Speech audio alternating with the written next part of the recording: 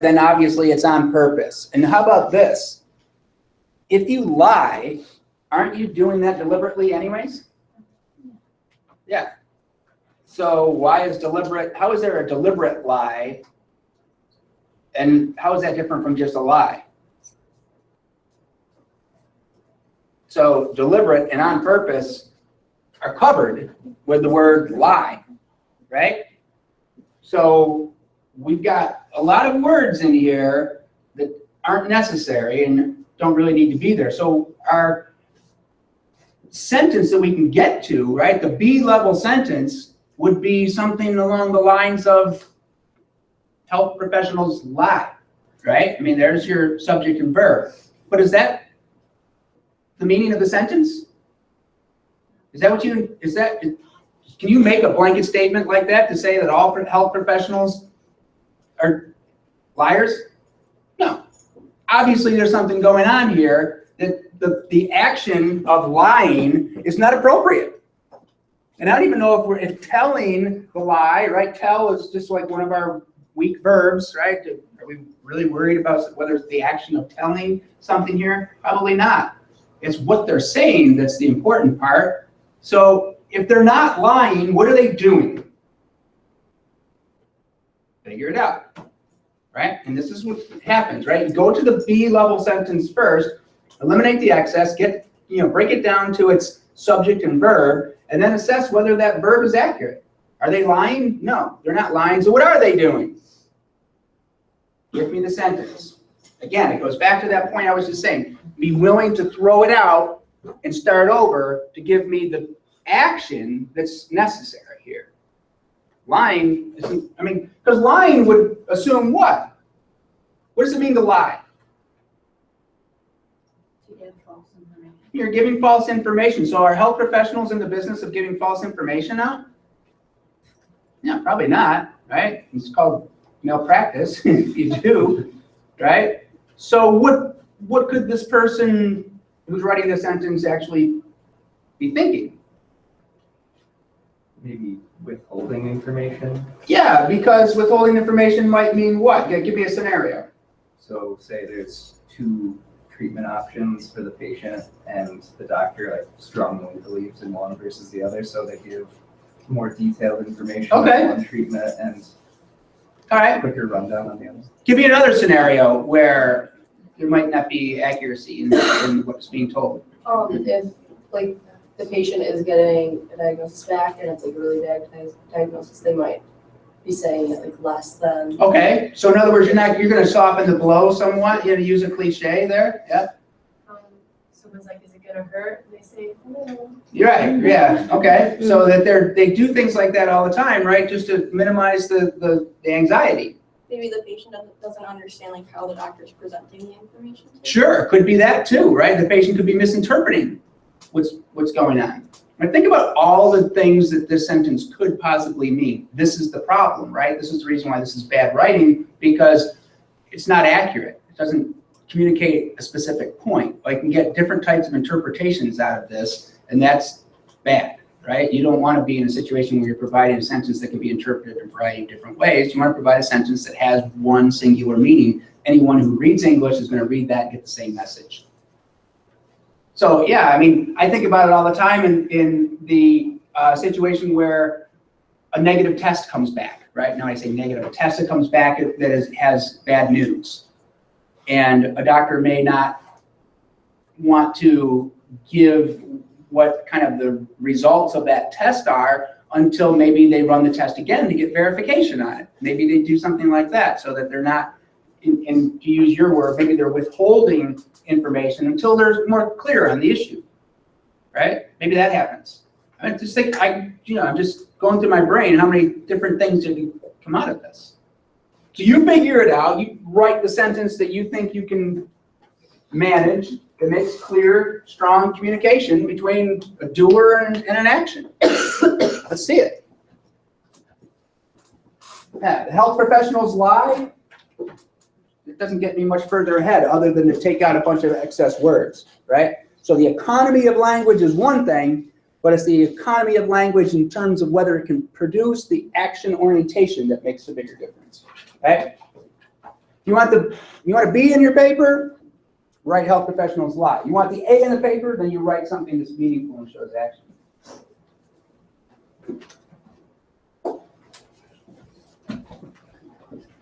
Good example. Sorry.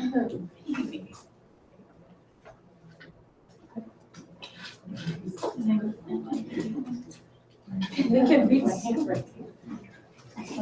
Figure it out. We got a couple good examples here.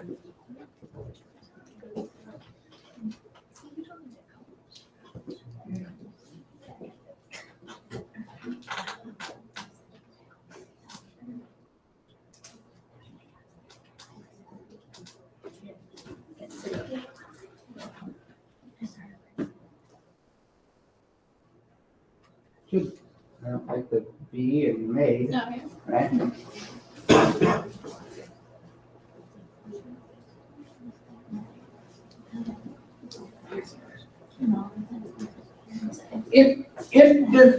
Let's say that the health professionals are not being truthful, or maybe that they're operating on a, I mean,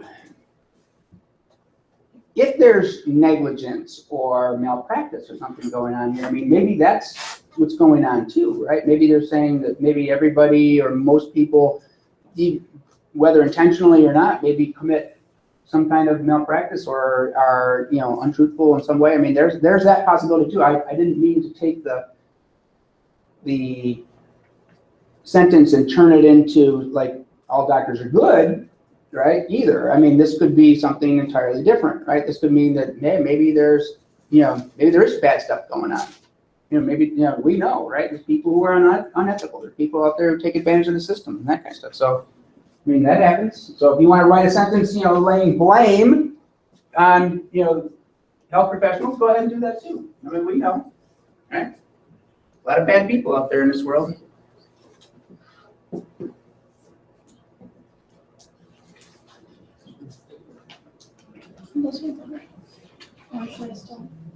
Yeah. Okay. Yep.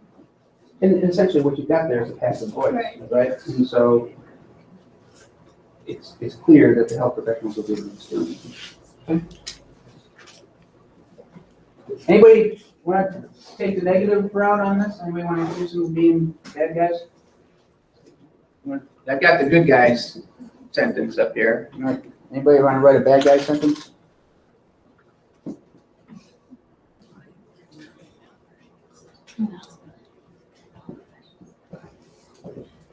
You're all too nice. Okay, take a look at a couple of these, and these are pretty much the same in the sense that they're just operating with the same verb, right? Health professionals withhold information in order to protect patients from confusion, right? So in other words, they're just not going to complicate the matter, right? Or this one, health professionals may withhold information based on the severity of a patient's disease. Right? In other words, we don't want to overcomplicate the patient with information, or we may not want to worry the patient with disease severity until things can be clarified. Anybody have anything different than withhold as a verb? Yeah. Omit? What does omit mean? Is there an intention to omit? So what's your sentence? Read it out loud. health professionals often omit information from patients to decrease their anxiety. To decrease their anxiety, okay, so there's an intention to withhold information, so you're operating on the same plane as withhold, okay? Anybody have anything different than that? I have patients thinking that health professionals gave them wrong information in the past, but it was just due to like the technology at the time. Like, Okay, so in other words, the technology was limited, so we really didn't understand, so there was just a limitation of knowledge. What's that sentence? Did you write a sentence yet, or are you just conceptualizing that?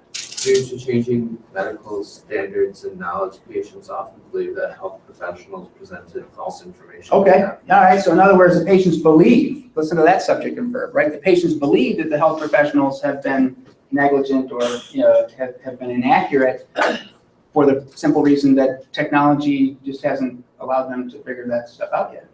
Yeah, okay, that's a good sentence. That's a completely different meaning than talking about, physicians and health professionals, withholding information to keep, from hurting people's feelings. Good, yeah. I like it. We're getting there. Let's see what you can do with number 7.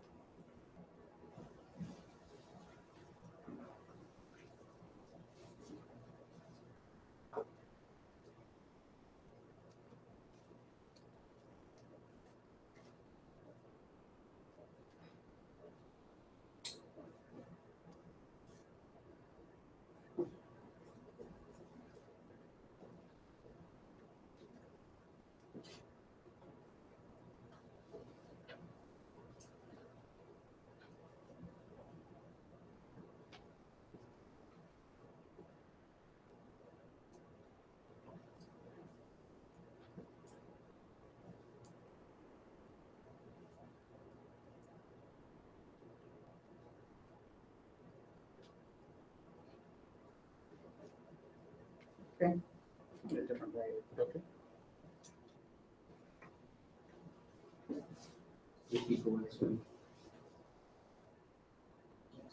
When you're talking about people, you use who, not that, right? Patient first language. They've been explaining to you that you refer to them as people and not subjects.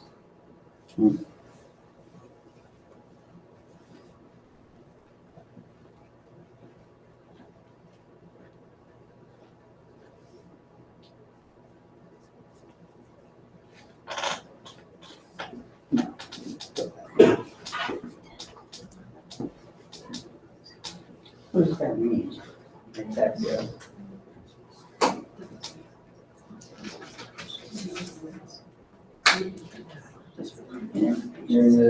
into the painting yourself in the corner of that sentence.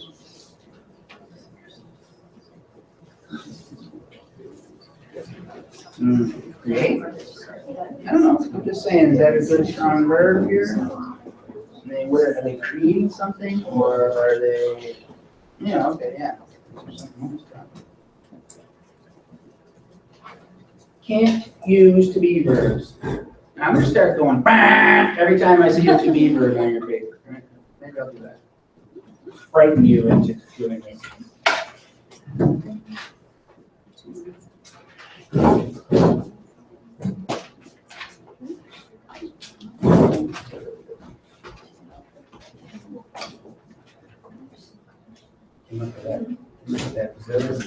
Last minute.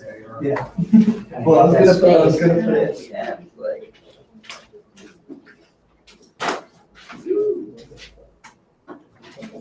Putting the hospital administrators as the doers of the edge. You got yourself into the corner now, so you're probably gonna have to put C and D or something like that. Right?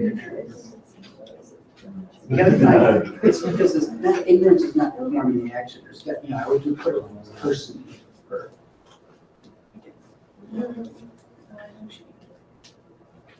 Okay, I like that. When they do what?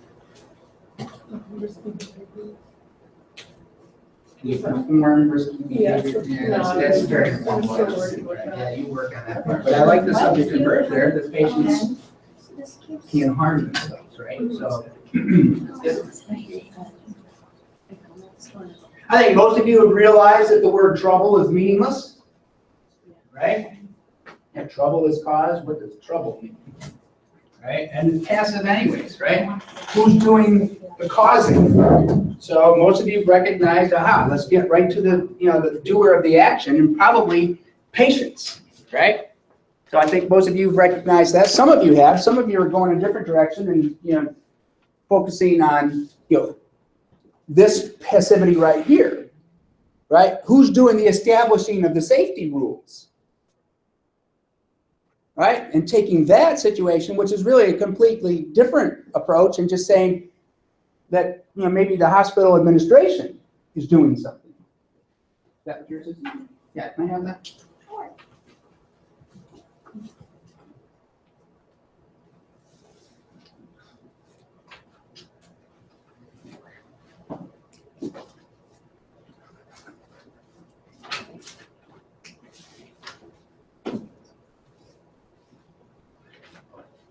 Needs work. Needs work. Yeah.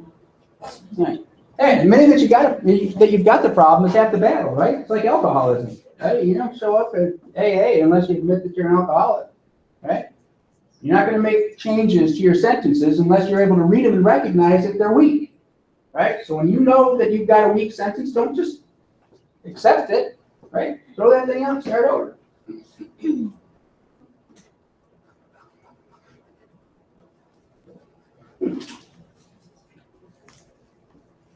Okay.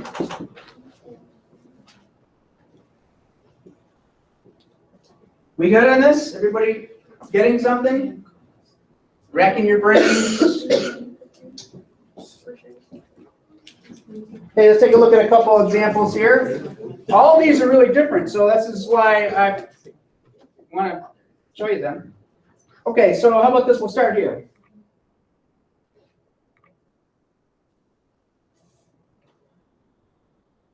Okay, for the safety of all individuals occupying a hospital, patients must adhere to standard protocols. Yeah, you're liking it, right? You must adhere, right? Patients must adhere. You get this long introductory thing. I don't know about occupying a hospital. I mean, that's like, as soon as I hear Occupy now I think about that crazy movement, those Occupy Wall Street people and all that nuttiness. So maybe occupying isn't the right word there. But I do like the fact that patients must adhere to standard protocol, right? Boom, they must adhere. You got to do it or else. Okay, how about this one? Hospital administrations implemented safety rules and precautions to prevent harm amongst patients. The sentence is good up until this harm amongst patients bit, right? I like the bit, the administrators implemented safety rules and precautions to prevent. I don't know if I know what harm is. Prevent patients from harming themselves, harming others. This is kind of the nebulousness of it, right? So pretty good though. I mean, got a pretty strong sentence, good, strong subject and verb. I mean, I'm looking at these. These are kind of like A- sentences, right? This is good. Not great. I think this one's good though, if we can see it. You gotta use a pen or something. How about this one? Patients who disobey rules jeopardize the safety for all staff and patients in the hospital. Ooh, right? You sit back and go, that one sounds good, right? Why is that good? It's the verb, jeopardize, right? That's the verb. That's the one that talks about risk. That's the one that talks about harm. That's the one that takes into account all these things you guys are thinking about. Trouble is caused, jeopardize the safety, right? Boom, there's the word. He hit the nail on the head, right? He hit the bullseye with that sentence. All because of that one word, jeopardize. That's good. But that's what we do, right? We know that we've got strengths and we know that we've got weaknesses. Those are good. Any other verb that comes to your mind now that you hear something like that? Patients who disobey rules, they jeopardize. Give me another verb there. What else could they do? Yeah. Neglect what? Patients who disobey safety rules, neglect rules. No, it was patients who neglect the rules endanger. Endanger. Aha. Patients who neglect, endanger. I like that word. Right? Endanger. That's pretty clear. It's a good action associated with that. So those patients who are doing bad things, endanger others. Can you think of another good verb there? Compromise. Compromise. Yeah, there's an excellent word, right? But you don't need a thesaurus to come up with that, right? Those words are in your vocabulary. It's about applying the right words. Good. Okay. We're going to move to sentence number 8 now, which is it goes up to the next column on 79. So if you don't have your book, you have to look on with somebody who does have the book, and so you can see the example. But essentially, number 8 is going to pose a couple of different problems. This is something that I want to talk to you about today, about economizing language but locating information. So I want you to write this number 8 into one sentence. Okay? And I want you to think about establishing the independent clause. This is something we're going to work on through the rest of the semester, but it's important today because what we've been working on is establishing those independent clauses, right? You're getting to the point of getting the subject and the verb in your independent clause being the meaningful part of the sentence. We're doing this for a reason, because not only is it important to create the action, but it's also important to locate information in certain places in your sentences in order for your reader to retain that information. So the location of the sentence needs to be important. I need you, when you're combining this whole thing together and making one sentence out of it, I need you to be thinking about how can I locate the actions in an independent clause. Right? I want the most important pieces of information condensed down into an independent clause, or the joining of independent clauses together with a comma coordinating conjunction, or however you want to do it. Right? I want to just see this written as one sentence, but I want to see the main actions in the independent clauses so that you have clear subjects and verbs operating in there. Actions, retention of information, because this is going to be the task, right? It's about creating those sentences that have the action, but putting those action sentences in the main part of the sentence, which is the independent clause. It's when you start moving that stuff into dependent clauses and other places that disrupts the reader's attention, right? So let's get this, see what you can do with this one. Pull it all together and make a sentence out of it. Yeah, you're gonna have to. Do the rest of it? Yeah. I can slide it up. All right.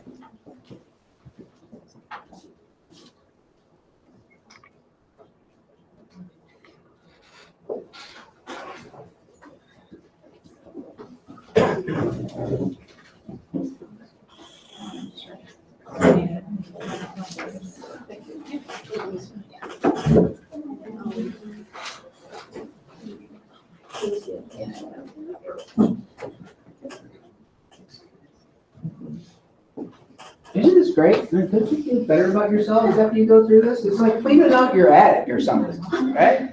It's like you got all this junk laying around and you're just throwing things out and you're just getting to what's necessary. It's like you're washing yourselves in truth in this classroom. And that's what you're doing.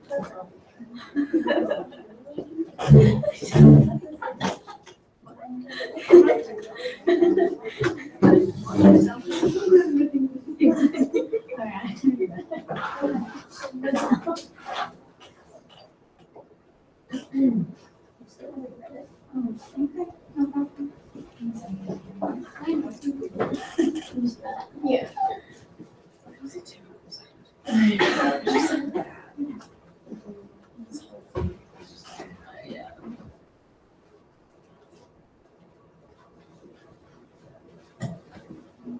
There's lots of things going on in this group. Find out what the important actions are and make those your independent clause. All right? Just think about that concept.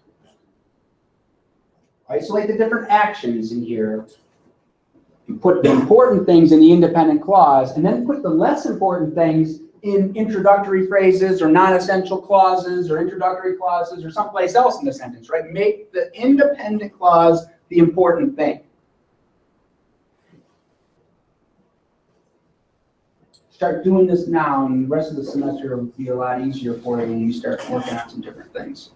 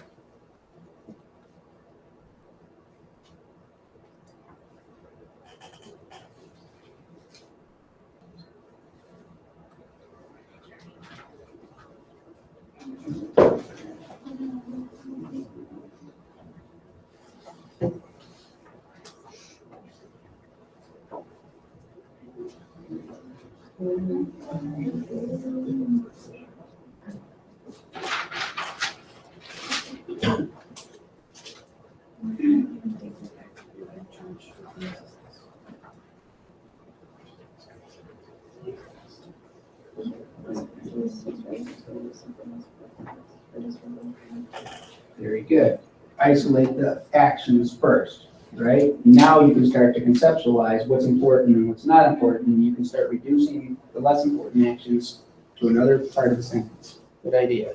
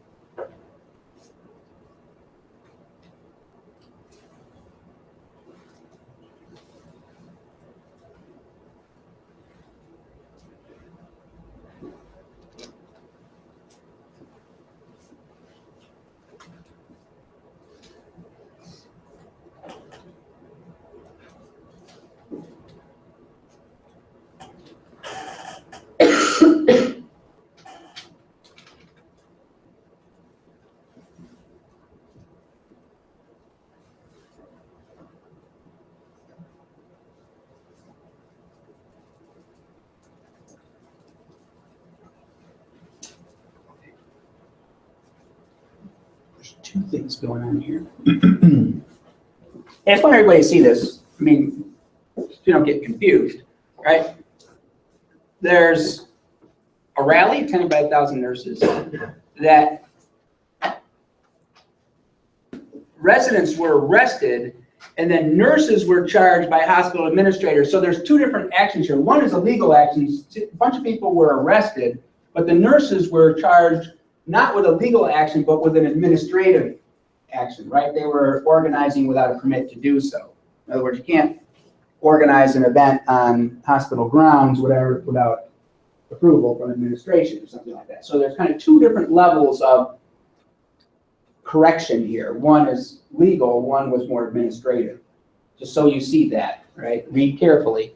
Just don't want you to try to say that nurses and residents were both charged with something legal, right? They weren't. That's the reason why I'm doing this. There's two separate actions on here. Meaningful actions, I would say.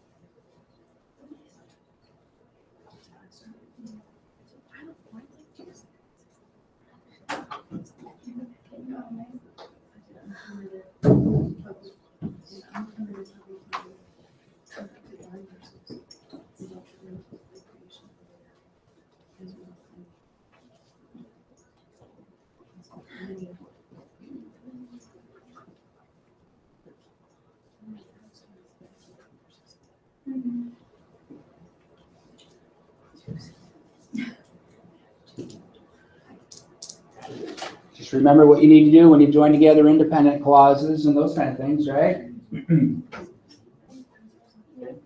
Passive voice. Get rid of that. They were arrested and were charged.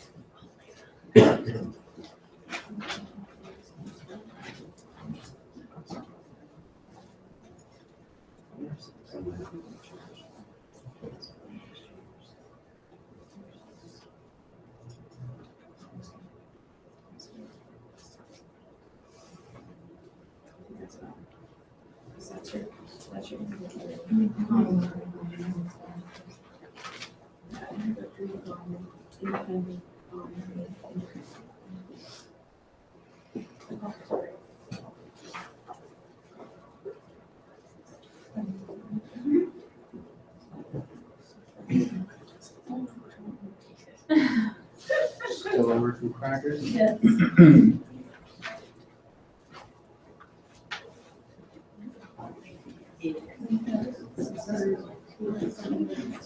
Let's think for a second, right? Of all the things that are happening here, right? There's three main actions. Can you tell me what the actions are? Give me one. Okay, their nurses attended a rally. Okay? Well, give me the second action. Okay, 6 residents were arrested, and the third action? Nurses were charged. Okay, so there's 3 different actions going on here, right? Is the fact that nurses and residents attended the rally the important action? No, that's the least important of the 3 things that are going on. So that information does not deserve the position of an independent clause, right? That needs to be moved somewhere, either into a non-essential element or an introductory element, because we want to preserve the independent clause for our meaningful actions, right? The meaningful actions were the results, right? Who cares if they attended the rally? What we want to know is what happened at the rally. So reduce this to something that's either introductory or non-essential and focus on these. And I want to show you something here that a lot of you ask the question, right? When you have those dependent clauses that end your sentences, a lot of you will come to me and say, hey, do I need this comma here? And I will tell you that, well, that depends, right? If you have this dependent clause right here, a dependent clause is a signifier of something that's dependent on the independent clause, right? It's not as strong or as important as the information that's in the independent clause. And if you put a comma there, now you're telling me not only is it less important, now it's non-essential. I don't even need it in the sentence in order for the sentence to make sense. So this is a little lesson for you to understand the purpose of a dependent clause. This information probably shouldn't be in a dependent clause because it's the most important, it's one of the 2 important actions that we want to communicate in this sentence. And we certainly don't want to make it a non-essential dependent clause, right, by putting a comma here. We want to make this action and this action equal. Those are 2 things that happen. So now you're kind of forced into a situation where you almost, because you know that there was a rally, 2 separate things occurred, right? You're now going to be forced into probably writing 2 separate independent clauses, right? One to show one thing that happened and the other thing that happened too, because they were both done by different people. The doers of the action were different. That type of thinking is represented right here. Right? Think what I just said, right? That is represented in this sentence example right here. In a rally held at a hospital or at a rally attended by 1,000 nurses or whatever else, right? The non-essential information, let's reduce this down to an introductory element, say, hey, at this particular rally, 2 things happened. Hospital guards arrested residents for disorderly conduct, comma coordinating conjunction to tell me that another independent clause is coming. Hospital administration punished nurses for hosting a rally without a permit. Punished, good word there. Yeah, could be. Charged would work as well. But look at that sentence, folks. He's got it exactly how it should be perceived, right? The attending the rally part, who cares, right? We know that all we need to know is that a rally occurred, right? This is the event. So that information gets reduced by moving to the front of a sentence and an introductory element. So he's got it in a prepositional phrase. In a rally held at a hospital, okay, at this particular place, two things happened. Guards arrested, administrators punished. Independent clause, joined together with that comma coordinating conjunction. Notice that this comma coordinating conjunction signifies the coordination of the events. In other words, I want you to see, this is what he's telling me, I want you to see that two things happen and they're really equally important. That's the reason why we do this, right? In the example in the textbook, this comma with the dependent clause reduces the whole bit about the nurses being charged by administrators, because we've taken something that you seem to find to be important and we're saying this isn't important. This is a non-essential dependent clause. That's what's subverting the meaning of this sentence, right? This sentence is coming, this whole convoluted mess up here is becoming a mess because we're sending the wrong message to our reader. We're telling our reader something that's important, but we're using a strategy, a construction, to tell the reader that it's not important. So now the reader's getting mixed signals, right? But in this example, where you set up the comma coordinating conjunction with the two independent clauses, that's a clear message. Hey, we got something going on. Two things happen, this one and this one. That's clear and concise. That's where I need you to be, right? Thinking about how to locate information, how to create good, clean subject-verb relationships so that I see that action. The guard's arrested, the hospital administrator's charged or punished or whatever else, right? But also thinking about it in the context of what's the important part of my sentence structure, right? So a lot of times when you're reading something or when you're analyzing and evaluating something, a lot of you will tend to add dependent clauses to the ends of your sentences, and you're thinking to yourself, well, I'll just put a comma here because it's a dependent clause. And what you're doing is you're taking away the weight of that dependent clause, right? But if you're saying that something occurred because of something else, well, there's a cause and effect relationship there. There's no reason to put a comma before that because the because is the thing that's telling us why we're studying this in the first place. It's about understanding those rules of comma usage. What's essential, what's non-essential, right? Getting things in that independent clause and keeping the focus on that good, strong relationship between the subject and the verb.